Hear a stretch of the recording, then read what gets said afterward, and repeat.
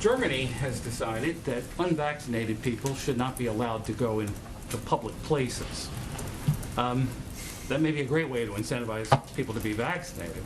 Let's assume that would not fly in this country. Let me ask the serious part of the question really is, there seems to be, no matter what, this 27–30% of the population, the eligible population, that refuses to be vaccinated for a variety of reasons, let's say. It's a little lower than that. I mean, more than 82% of people have received their first dose.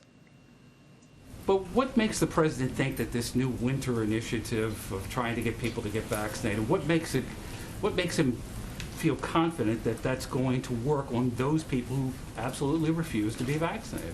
Well, first, we know what works. I would remind you that almost a year ago, only about 30% of eligible adults in this country felt open to getting vaccinated. Now more than 82% have received at least one dose. That is clearly not on partisan lines, because you know how divided our country can be. Those are people who took a step to protect themselves, to protect their neighbors, to protect their loved ones. I'd also note that I just gave you some data on the vaccination rate from just yesterday, the highest we have seen since May. And we know that vaccinations are what can save lives, but also it's important to continue to build our testing and masking capacity. That's what we also announced yesterday. So I would just say we know what works. We also know what's standing in the way. And you're right, there are things that we can't change.